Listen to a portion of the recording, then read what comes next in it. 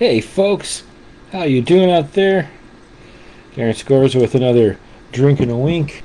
Agavarama number 5. Sorry for that cough.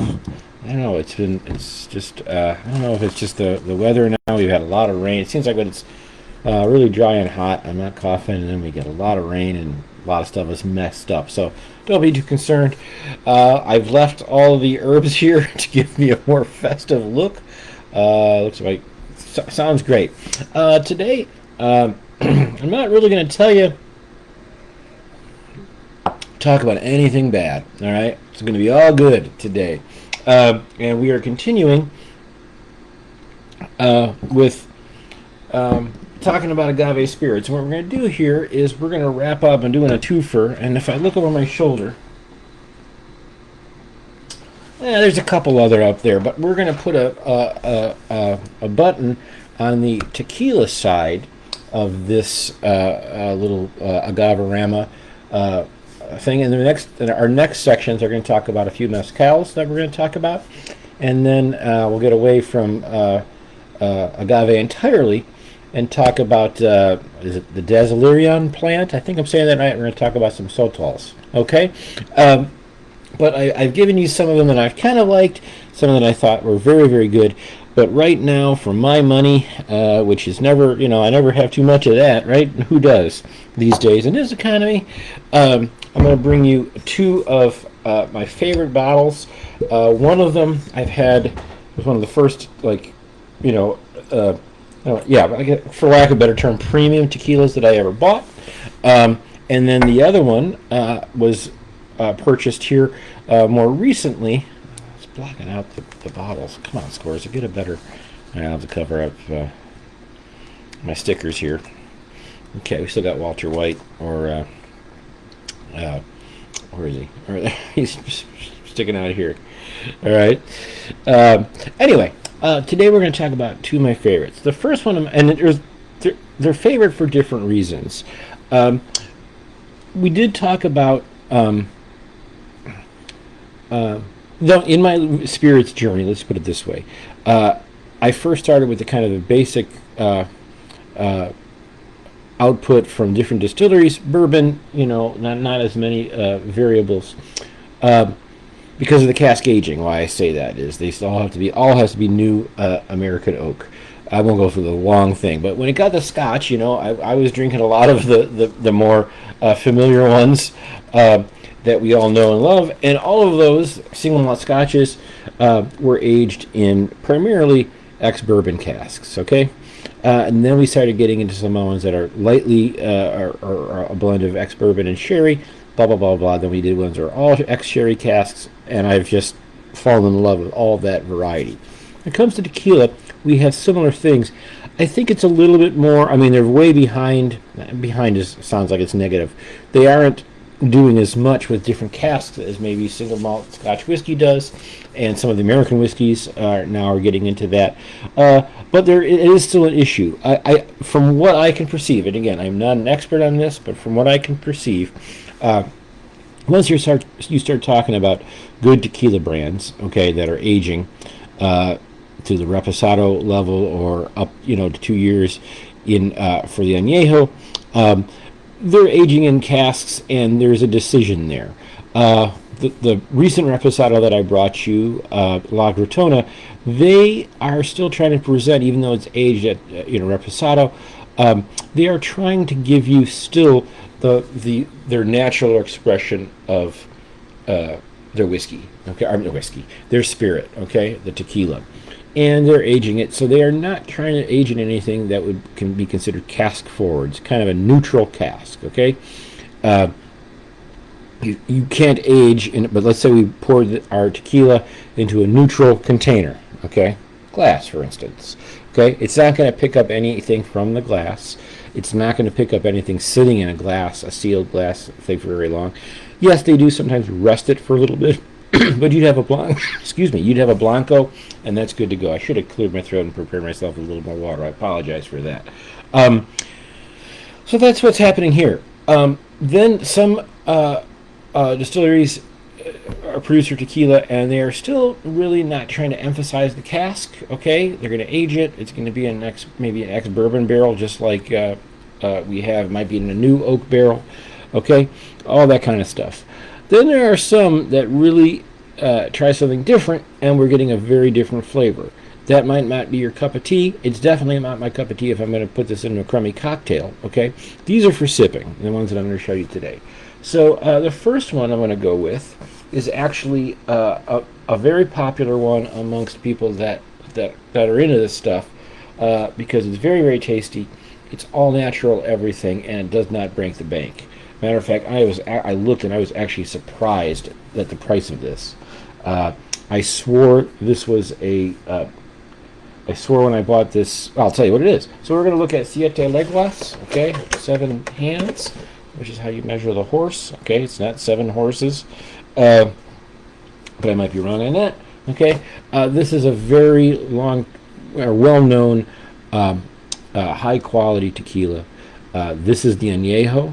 I now I remember it. I swore that this was a $60 bottle when I bought it, and I was thinking, well, everything has gone up in price. It's going to be $70. I just checked out this Añejo.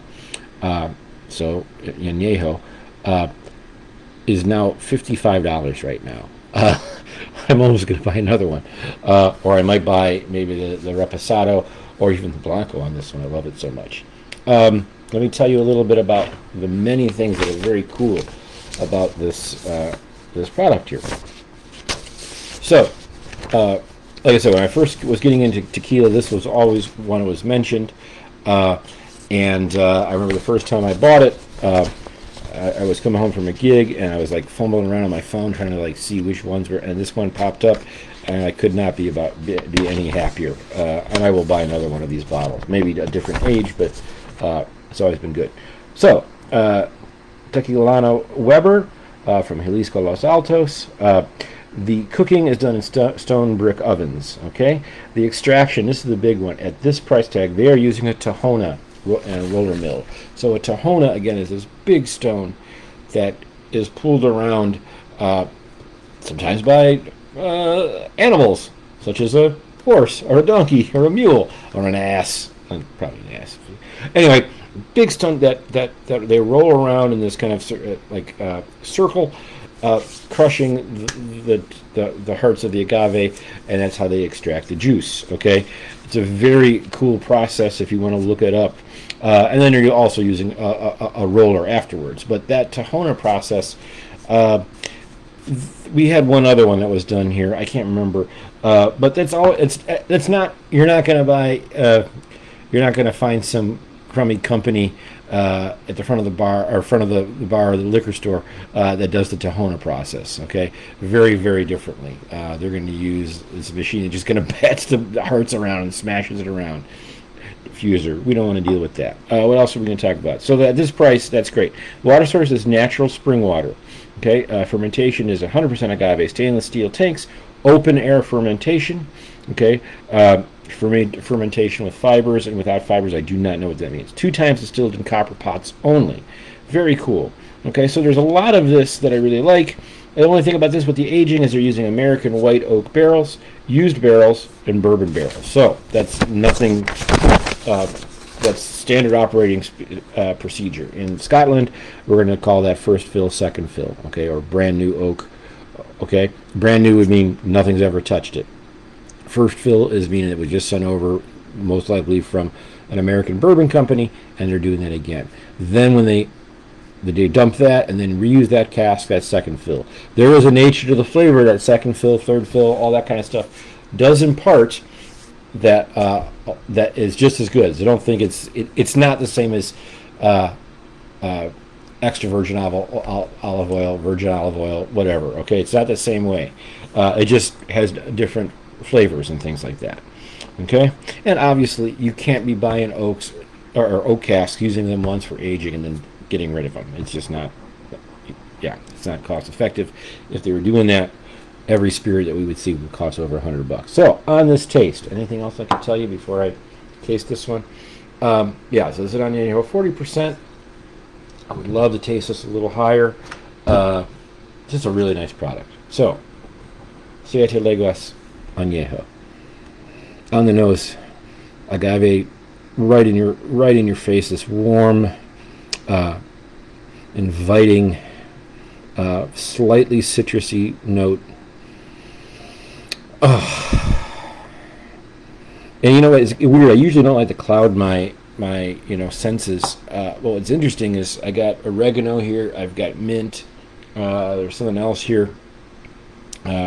I got spurs that jingle jink. No, I have these other flavors here, and that you think would be throwing off. What's so cool is I put this up, and it cuts through all that. So it's almost giving. This is almost like a palate cleanser, a nasal cleanser. It's a nose cleanser, folks. I'm doing nose cleansing right here on the screen. Olfactory confusion. I hate this line, but that was the name of my band in college. All right, on the taste.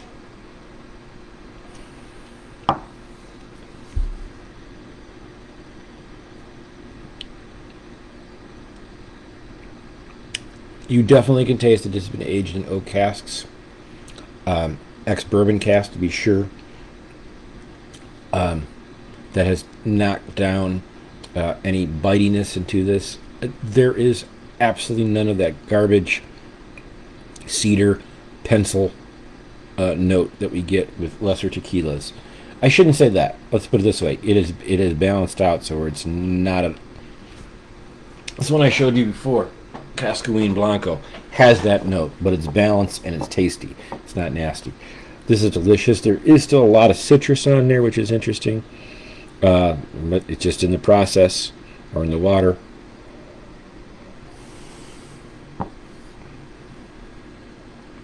I'm just going to say it. This tequila fad or phase might pass with us a little bit. Michelle was never in a tequila phase. She was more in the mezcal phase. And she likes tequila, but for me, let's say you're going to leave me with two. I might have the two that I want right here, right now. Okay? If you're going to leave me with three, we'll add that. You're going to leave me with four. I would add La Gratona. So I'm drinking my favorites here.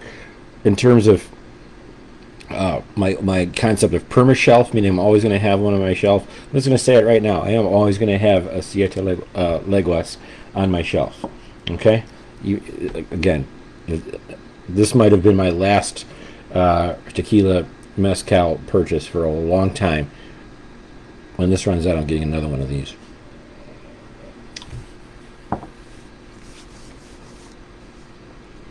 They have such a nice presentation, and start with this wonderful agave forward flavor that then when the cask influence hits, it's really, really nice. Now I am doing this for two reasons. One, I'm trying to get any cask notes, so I put just a little bit in my hand and I'm smelling it. So my hands smell friggin' delicious right now, but I'm trying to see if I get any notes on here of the cask. Not really. Second one is, this is an old school, that not a foolproof test, that check for additives. I'm going to do that with both of these. If you do that and you have a certain hand temperature and all that, I run hot, so like it might be wrong to be doing this. But if your hands are sticky after this, it might mean that there's some caramel colorant or some other additives. I think you can tell those are dry as a bone still, which is interesting. Yeah, this is just great. $54.99. You should be leaving this video and going to buy yourself one of these. Okay. I have had the Blanco. I don't own the Blanco right now. Also very good. Wonderful presentation. Do note, it has a screw top. I remember one time I almost broke this because I forgot. I thought it was a cork, and I started pulling up, and I almost broke it. Nice presentation. The color is wonderful. It just comes in these just cardboard travel boxes. The only reason why I don't throw these away is because, as you can see now, this new rack, or this position we have in there, if you see in the corner there is a window. We don't open that shade that often. but you can see that, like, blocking these bottles here, all of those are in boxes, as you can see, and that's why I keep this in a box. But also, some people make fun of me because they see my shelf back there, and they're like, oh, those boxes. And I'm like, well, you know, my reasoning on that is, what is my reasoning on that? Well, you know, sometimes when you get too many bottles like I do, when they're all bumping together, it kind of causes a problem, a sonic problem. Okay, before we had a factory problem, now we have a sonic problem. So I will throw away some of the boxes. Sometimes I'll just keep them so that they don't clink around so much. Siete Leguas, Añejo, all natural, great stuff, awesome product. If you got that person that is coming over and you're like, well, they like tequila, you're done. Buy this. That's it. Now, a little bit more. Let me say one more thing about that. This is not trying to promote a cask at all. It just aged. They have to age it in something. It's a little bit of probably new oak casks along with some ex-bourbon casks. The other one I'm going to show you is a wonderful one. All three of these ages, their Blanco, their Reposado, and their Añejo, all are really, really popular. And this is Don Fulano. Okay, this bottle is relatively new to me. I was doing some research around. I was trying to get another real natural one, and this is like one of those that if you can't get some of these more like, what is it, Fortaleza? That's the one. It's like it's very hard to find and get. It's like the Blanton's in a way of tequila. This is one that's always recommended, is grab one of these. I was sitting there looking at the Blanco, and then the Reposado was on sale, and I was like, go. All right. This also gets a very, very good reputation for that. But a lot of reviewers like the Blanco, but I was kind of like, well, let me step and see how the Reposado is, because this is kind of the opposite of this. They have a wonderful product. They are actually trying to add a little bit of a vibe with their casks, because they use French oak barrels in there. Okay, meaning that has a different flavor. They're using some ex-wine casks for this, and Hungarian oak barrels. Hungarian oak barrels would mean that they are, Hungarian oak. What am I blanking? Possibly Tokai casks. Okay. There might be some. That's a very difficult wood to work with, but they may be getting some Tokai cast. I'm only guessing on that. Anyway, they are trying to make a wonderful tequila and add a little bit of something with the addition of this of all these different oak barrels. You know what kind of agave? It's always the same. Cooking is a low-pressure autoclave. The extraction is a screw mill and a roller mill. They're using deep well water for this. 100% agave fermentation. They ferment that. Stainless steel tanks, open air fermentation with proprietary yeast. So they're using something that's of their own. Interesting here, they're doing a still, or using both copper pot and column stills. Really cool stuff. Nice. On this nose, very, very different. And again, this is a Reposado. On this nose, the agave sugar is knocked down less, and you know, if there's French oak cask aging in this, we're going to get less citrus. I know this from the Scotch world. We're going to get more darker fruit flavors, and that's very evident here.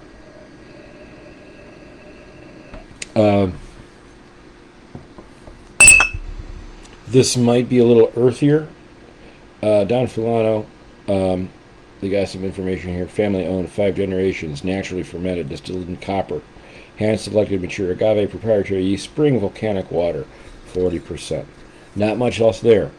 Cool little tag on here. By the way, the age is, the color denotes the age. I can't remember what the other colors are. This one on the nose, I would say, smells more pure agave than this one here. Okay, it would be interesting if I had the Siete Leguas Reposado.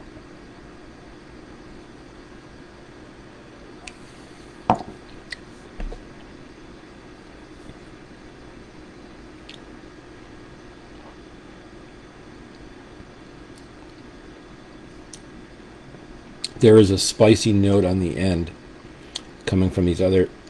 I'm wondering that Hungarian. I know the taste of Tokai. I've had 2 or 3 different spirits. Whiskey Acres Rye. I think I'm pointing it out right there. Is it Tokai cask? There was another single malt Scotch whiskey that I cannot remember that we had, or we might still have over there. Oh, Glen Morangy's Tale of Cake, which we have over there, and it's that same note. It is a sweet note, but not a bad note. It's like a sweet, spicy note.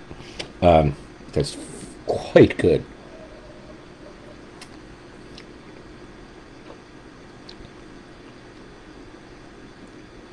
Again, I might just be showing off that I know my casks a little bit. When I see Hungarian, I might be saying Tokai. That looks like Tokajay. Or this Whiskey Acres bottle. I have told you before that hilariously, the wonderful people from the Calp spelled Tokai wrong. It says Tojaki. But I love it. It's like a baseball card with a misprint or something, you know. Wonderful. Don Fulano's Reposado. Are you ready for this? At this price, this is $60. It's going to be a little more expensive. They are putting it in the premium, and they're aging it in different casks. You know, all the casks from here are probably coming from the United States or Mexico. You know, some bourbon ones, and then you're just making casks. Which is there's nothing wrong with it. I love this one.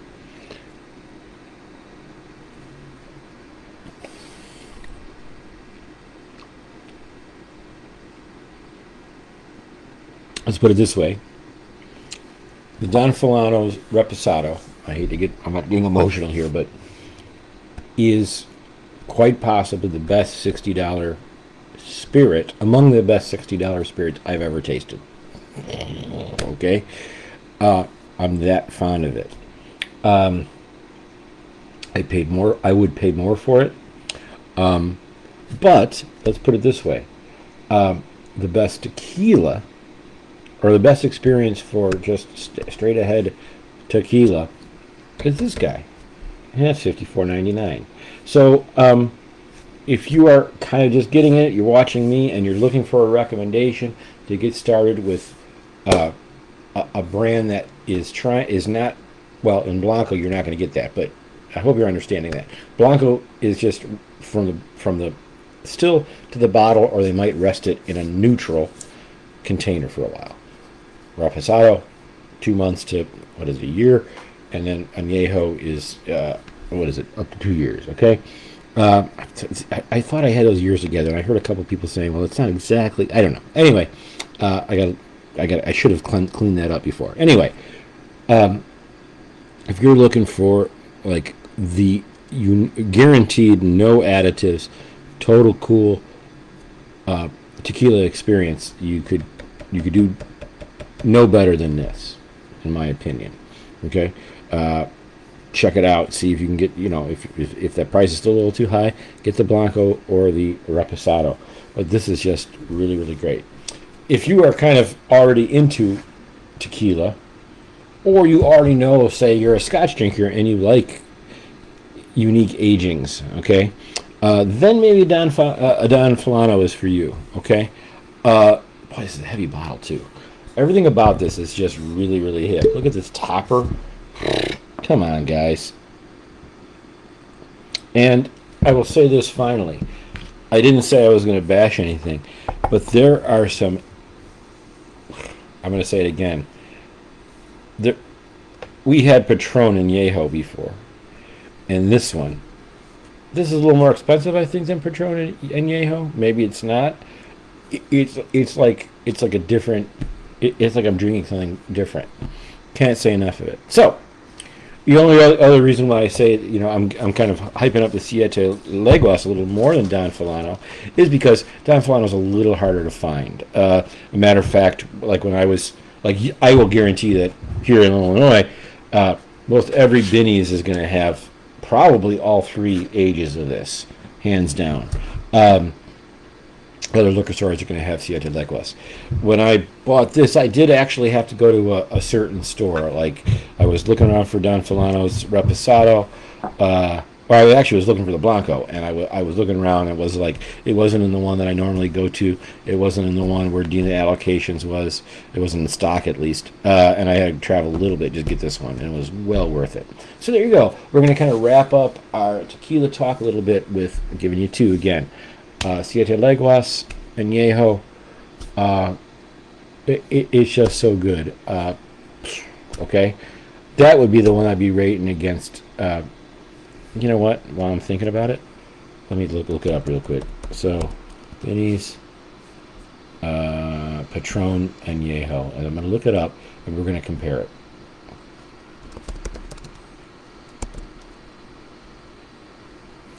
Patron tequila. Patron's Añejo tequila at the 750 bottle is $60.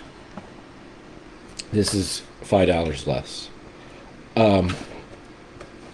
There is no contest.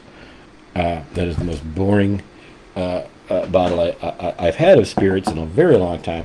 This is the most right down the middle, great tequila, high quality, no additives. You want to go with Don Fulano? Check it out. Yeah, that's cool. While I'm here, let me look up some Don Fulanos and see what else they have here. I'd be interested to see if the Don Fulano has a lot of different things here. I may be wrong. Maybe there's more here in stock than I thought. Their Blanco, they have a regular Blanco, which runs around $50. And then the Reposado is 60. The Añejo jumps up in price at $84.99. I'm not telling you get that. Maybe another a unique thing in between is they did do their Blanco, which everyone loves, at 100 proof for another $10. Really cool. Or you can go out and get their 20th anniversary or their Imperial 5-year-old for $200. Check it out, folks. I really love it. Anyway, glad you stuck with me. It's kind of fun to hang with you. I really don't know why all these herbs are just kind of sitting here, but I do like them. Kind of makes it a little festive area. We got our plant back there growing. I just went to our Mexican supermarket. It was just a walking distance from here. I bought some stuff, so I'm going to kind of whip up a little late dinner here and continue. And if I could be any more on the nose, I think I'm going to finish with a little flan that I bought. So there you go. Get yourself some tequila. Next time up, we're going to talk about some mezcals.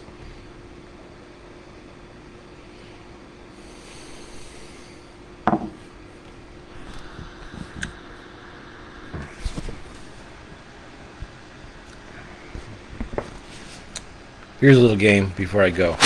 We've got Walter White, and we've got Walter from Big Lebowski, and you see I have my Lumen sticker here. I want everyone. It's well, he's already gave you one of his taglines, but give me some taglines from Walter White, and then why am I blanking what Adam Scott's character's name in there? Anyway, if you're into any those two shows and that movie, you can see where I'm kind of at. I like these kind of iconoclastic and somewhat mysterious, good-hearted, but also kind of criminal kind of things. There you go. And I'm trying to look for a pluribus sticker, although if you just kind of want to talk finally. I've watched Severance. I've watched every episode twice. I did a lot of rewatching of Breaking Bad and Better Call Saul. I don't know what happened. Michelle and I watched Pluribus, and then I started listening to a rewatch podcast, which I love, not for like spoilers. I listen to some pretty nerdy. You might know that I'm a little bit of a nerd. Anyway, I started listening to this rewatch podcast. I don't know if this ever happened to you, but like, I was listening to this, and I'm like, did I watch this show? I think Michelle was saying that maybe a couple of them, I did fall asleep a little bit into it. Never happened with Severance, but I'm going to give Pluribus another chance. All right, I don't know why I started talking about TV. It was just, yeah. So maybe I'll change up and get some different laptop stickers soon. All right, folks, get yourself some tequila. I am the danger.